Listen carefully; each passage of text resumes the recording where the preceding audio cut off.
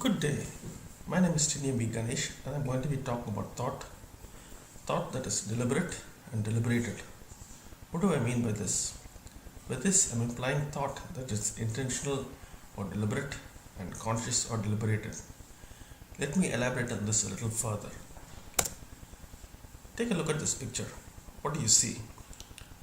It should be immediately apparent that looking at the face of a very angry woman who's on the verge of exploding. Now look at this. You probably don't have an immediate answer. You're aware that it's a multiplication problem, and given a pen and a paper, you should be able to work it out. So what are we trying to say here? In the one case, we have an immediate answer. In the other case, it requires effort. This is really two modes of thinking, System 1 and System 2.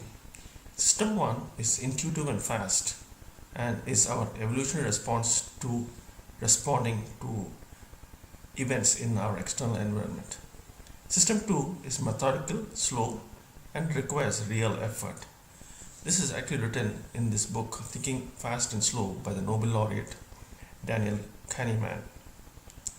In our daily lives, both System 1 and System 2 work in tandem with varying degrees of influence. Now let's try this. Take a look at this problem. What do you think is the answer? If your answer was the ball is 10 cents, then you're wrong. With a little bit of conscious effort and thought, it can be worked out that the bat would have to cost $1.05 and the ball would have to cost 5 cents to make the ball cost $1 more, bat cost $1 more than the ball. In this case, it is your System 1 which is influencing System 2 and resulting in this incorrect decision. Now take a look at this logical argument. All roses are flowers. Some flowers fade quickly, therefore some roses fade quickly. If you think this is a valid argument, then you are incorrect. Because it is likely that some flowers which fade quickly are not really roses. They could be other types of flowers, but not roses. So this also is a case where our System 1 jumps to immediate conclusions and influences more conscious and deliberate thought of System 2.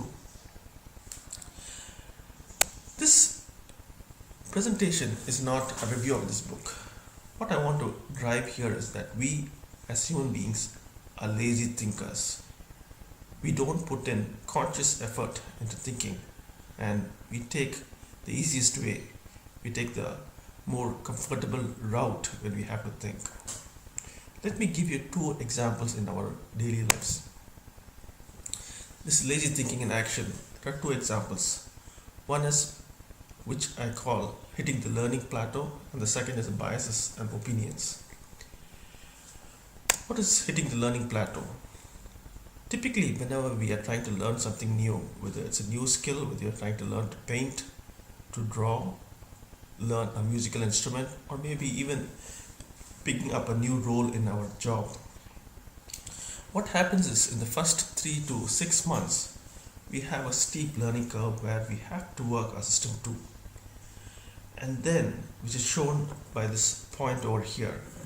And then what happens is, once we learn the basic ropes of our job assignment or the basic learned skills of our musical instrument or painting, we just stay in that comfort zone and just use what we have learned. We don't try to learn anything new, and we soon hit we hit a plateau. Basically what happens is, we allow System 1 to influence everything, how we respond to all the new requirements in our job or in our instrument, and we don't try to learn new things, we don't improve. And in this context, I would like to mention that Malcolm Gladwell mentions that if you want to become an expert, you would have to put in at least 10,000 hours into any activity to become an expert. However, there are many people who have refuted this theory. Most notably, Daniel Goleman of emotional thinking fame who says that it's not enough to just put 10,000 hours. The effort that you put in must be conscious. That is, after we hit the plateau, we have to put in hours and hours of conscious, effortful activity where we monitor how we progress and make course corrections. So, if you want to achieve mastery in anything, then after your initial phase, you have to continuously monitor how you are improving. You have to use system 2 if you want to improve and excel at anything that you do. This is another thing I would like to talk about: biases and opinions. What happens is that in our daily lives, we tend to form opinions, we tend to form judgments, we form uh, beliefs about certain things, and then we take action. Whenever we meet a person, we immediately form opinion, and we try to interpret the actions based on the opinions and biases that we have. We let system 1 influence our thinking, which is not a good way. We need to allow our system 2 to jump into action and reason out why a person does or acts in a particular way. We need to be careful in the way we handle people. So, to conclude, we need both deliberate, that is, we need intentional thought, and we need deliberated thought, that is, we need to be conscious, we need to be effortful, we need to be think through things.